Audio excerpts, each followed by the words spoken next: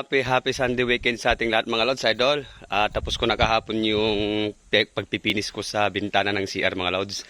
Ang umpisahan ko ulit mga Lods, itong paglalagay ng design na bato dito sa pader mga Lods. Kunti na lang yan mga Lods.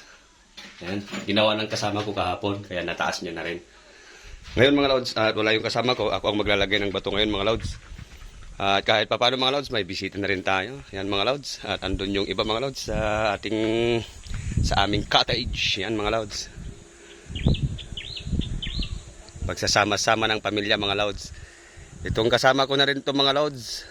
Pupunta sila sa ginagawa nilang kubo doon sa likod mga Lods. Maglalagay na ng bubong mga Lods. At baka malapit na yung umulan, hindi mabasa yung maglililim doon na mga bisita mga Lods. Sige mga Lods, hanggang dito na ang video reels na ginagawa. At mag-umpisa na ako maglagay ng bato mga Lods. Stay safe always mga Lods. God bless to all of us. Goodbye!